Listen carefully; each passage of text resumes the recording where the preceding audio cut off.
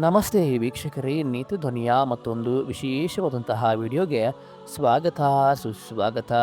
ವೀಕ್ಷಕರೇ, ನಮ್ಮ ಸನಾತನ ಧರ್ಮದ ಇತಿಹಾಸದಲ್ಲಿ ರಾಮಾಯಣ ಮತ್ತು ಮಹಾಭಾರತ ಎರಡು ಕಣ್ಣುಗಳಿದ್ದಂತೆ.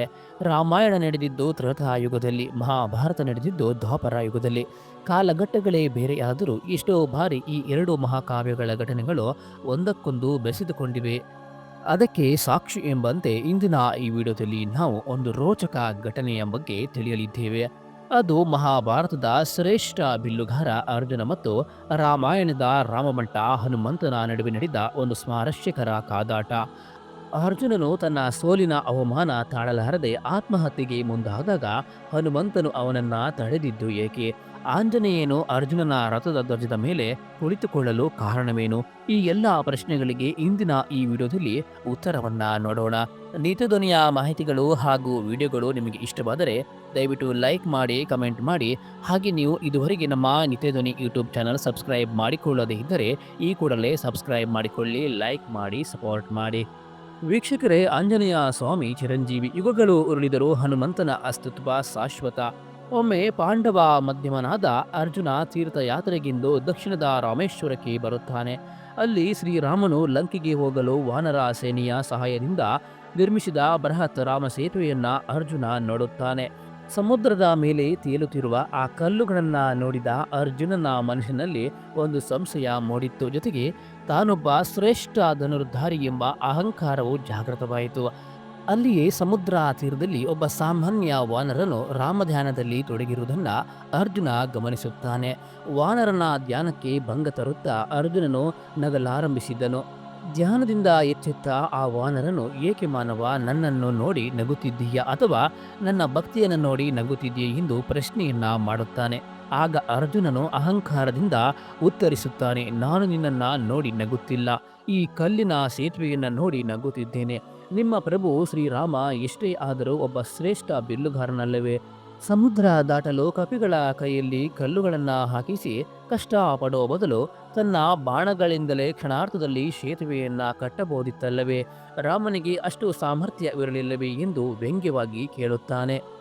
ಅರ್ಜುನನ ಎದುರಿಗಿದ್ದ ಆ ಸಾಮಾನ್ಯ ವಾನರ ಬೇರೆ ಯಾರೂ ಆಗಿರಲಿಲ್ಲ, ಸಾಕ್ಷಾತ್ ವಾಯುಪುತ್ರ ಹನುಮಂತನಾಗಿದ್ದ. ಆದರೆ ಈ ಸತ್ಯ ಅರ್ಜುನನಿಗೆ ತಿಳಿದಿರಲಿಲ್ಲ. ಆಗ ಹನುಮಂತನು ಶಾಂತವಾಗಿ ಉತ್ತರಿಸುತ್ತಾನೆ, ನೋಡು ಮನುಷ್ಯನೇ, ಅಂದಿನ ಸೇತುವೆ ಬರೀ ಮನುಷ್ಯರಿಗೆಲ್ಲ, ನನ್ನಂತಹ ಸಾವಿರಾರು ಬಲಾಢ್ಯ ವಾನರರು ಓಡಾಡಲು ಕಟ್ಟಿದ್ದು. ಬಾಣಗಳಿಂದ ಕಟ್ಟಿದ ಸೇತುವೆ ನಮ್ಮ ಭಾರವನ್ನ ತಡೆಯಲು ಸಾಧ್ಯವಿಲ್ಲ. ಅದಕ್ಕೆ ಶ್ರೀರಾಮನು ಕಲ್ಲುಗಳ ಸೇತುವೆ ನಿರ್ಮಿಸಿದನು ಎಂದು ಹೇಳುತ್ತಾನೆ. ಆದರೆ ಅರ್ಜುನನಿಗೆ ತನ್ನ ಧನುರ್ವಿದ್ಯೆಯ ಮೇಲಿದ್ದ ಗರ್ವ ಕಮ್ಮಿ ಆಗಿರಲಿಲ್ಲ. ಆ ವಾನರನಿಗೆ ಸವಾಲು ಹಾಕುತ್ತಾ, ಇಗೋ ನೋಡು, ನಾನೀಗ ನನ್ನ ಬಾಣಗಳಿಂದಲೇ ಇಲ್ಲಿ ಸೇತುವೆಯನ್ನ ಕಟ್ಟುತ್ತೇನೆ. ನಿನಗೆ ಶಕ್ತಿ ಇದ್ದರೆ ಅದನ್ನ ಮುರಿದು ಹಾಕು. ಒಂದು ವೇಳೆ ನನ್ನ ಬಾಣದ ಸೇತುವೆ ನಿನ್ನ ಭಾರವನ್ನ ತಡೆಯಲು ವಿಫಲವಾದರೆ ನಾನು ನನ್ನ ಸೋಲನ್ನ ಒಪ್ಪಿಕೊಂಡು ಅಗ್ನಿಗೆ ಹಾರಿ ಪ್ರಾಣತ್ಯಾಗ ಮಾಡುತ್ತೇನೆ ಎಂದು ಪ್ರತಿಜ್ಞೆ ಮಾಡುತ್ತಾನೆ. ಸವಾಲು ಸ್ವೀಕರಿಸಿದ ಹನುಮಂತನು ಪಕ್ಕಕ್ಕೆ ಸರಿಯುತ್ತಾನೆ. ಅರ್ಜುನನು ತನ್ನ ಬಾಣವನ್ನ ಎತ್ತಿ ನಿಮಿಷಾರ್ಥದಲ್ಲಿ ಬಾಣಗಳ ಮಳೆಗಳನ್ನ ಸುರಿಸಿ ಸಮುದ್ರದ ಮೇಲೆ ಒಂದು ಅದ್ಭುತವಾದ ಸರಸೇತುವೆಯನ್ನ ನಿರ್ಮಿಸುತ್ತಾನೆ. ತನ್ನ ಕಲೆಯ ಬಗ್ಗೆ ಅರ್ಜುನನಿಗೆ ಎಲ್ಲೆಲ್ಲಿಂದ ಹೆಮ್ಮೆ ಅನ್ನುತ್ತೀರಾ? ಈಗ ನಡೆದು ನೋಡು ವಾನರನೇ ಎಂದು ಅರ್ಜುನನು ಹೇಳಿದ ತಕ್ಷಣ ಹನುಮಂತನು ರಾಮನನ್ನ ಸ್ಮರಿಸಿ ತನ್ನ ಬಲಗಾಲನ್ನ ಆ ಬಾಣದ ಸೇತುವೆ ಮೇಲೆ ಇಡುತ್ತಾನೆ. ಅಷ್ಟೇ, ಆಶ್ಚರ್ಯ ಎಂಬಂತೆ ಪಟಪಟನೆ ಶಬ್ದ ಮಾಡುತ್ತಾ ಅರ್ಜುನನ ಬಾಣದ ಸೇತುವೆ ಕಡ್ಡಿ ಮುರಿದಂತೆ ಮುರಿದು ನೀರು ಪಾಲು ಆಗುತ್ತದೆ. ಆಗ ಅರ್ಜುನ ಬೆಚ್ಚಿ ಬೀಳುತ್ತಾನೆ. ತಾನು ವಿಶ್ವಶ್ರೇಷ್ಠ ಧನುರ್ಧಾರಿ ಎಂದು ಎಂದುಕೊಂಡಿದ್ದ ಭ್ರಮೆ ನುಚ್ಚು ನೂರಾಯಿತು. ಮಾತು ಕೊಟ್ಟಂತೆ ಅರ್ಜುನನು ಅಗ್ನಿಕುಂಡವನ್ನ ಸಿದ್ಧಪಡಿಸಿ ಆತ್ಮಹತ್ಯೆ ಮಾಡಿಕೊಳ್ಳಲು ಮುಂದಾಗುತ್ತಾನೆ. ರಾಮನ ಶಕ್ತಿಯನ್ನ ಅವಮಾನಿಸಿದ ನನ್ನ ಅಹಂಕಾರಕ್ಕೆ ಇದೇ ಸರಿಯಾದ ಶಿಕ್ಷೆ ಎಂದು ಬೆಂಕಿಗೆ ಹಾರಲು ಹೋದಾಗ ಹನುಮಂತನು ಅವನನ್ನ ತಡೆಯುತ್ತಾನೆ. ಅರ್ಜುನನು ಆಶ್ಚರ್ಯದಿಂದ ನೋಡಿದಾಗ ಹನುಮಂತನು ತನ್ನ ವಿಶ್ವರೂಪವನ್ನ ತೋರಿಸಿದನು. ಅರ್ಜುನನಿಗೆ ತನ್ನೆದುರು ನಿಂತಿದ್ದು ಸಾಮಾನ್ಯ ಕೋತಿಯಲ್ಲ, ಸಾಕ್ಷಾತ್ ರುದ್ರಾವತಾರಿ ಆಂಜನೇಯ ಎಂದು ಅರಿವಾಯಿತು. ಆಗ ಅರ್ಜುನ ಹನುಮಂತನ ಪಾದಗಳಿಗೆ ಬಿದ್ದು ಕ್ಷಮೆಯನ್ನ ಕೇಳುತ್ತಾನೆ. ಅದೇ ಸಮಯಕ್ಕೆ ಅಲ್ಲಿ ಶ್ರೀಕೃಷ್ಣ ಪರಮಾತ್ಮ ಪ್ರತ್ಯಕ್ಷನಾಗುತ್ತಾನೆ. ಅರ್ಜುನ, ನಿನ್ನ ಅಹಂಕಾರವನ್ನ ಮುರಿಯಲು ಈ ಲೀಲೆ ನಡೆಯಬೇಕಿತ್ತು. ರಾಮ ಮತ್ತು ಕೃಷ್ಣ ಇಬ್ಬರು ಬೇರೆಯಲ್ಲ. ಯುದ್ಧದಲ್ಲಿ ಬಲವೊಂದೇ ಇದ್ದರೆ ಸಾಲದು, ಭಕ್ತಿಯೂ ಇರಬೇಕು ಎಂದು ತಿಳಿ ಹೇಳುತ್ತಾನೆ. ಅರ್ಜುನನ ಪಶ್ಚಾತ್ತಾಪವನ್ನ ಮೆಚ್ಚಿದ ಹನುಮಂತನು, ಅರ್ಜುನ, ನೀನು ಧೈರ್ಯಗೆಡಬೇಡ. ಮುಂಬರುವ ಮಹಾಯುದ್ಧದಲ್ಲಿ ನಾನು ನಿನ್ನ ರಥದ ಧ್ವಜದ ಮೇಲೆ ಕುಳಿತು ನಿನ್ನನ್ನು ರಕ್ಷಣೆ ಮಾಡುತ್ತೇನೆ.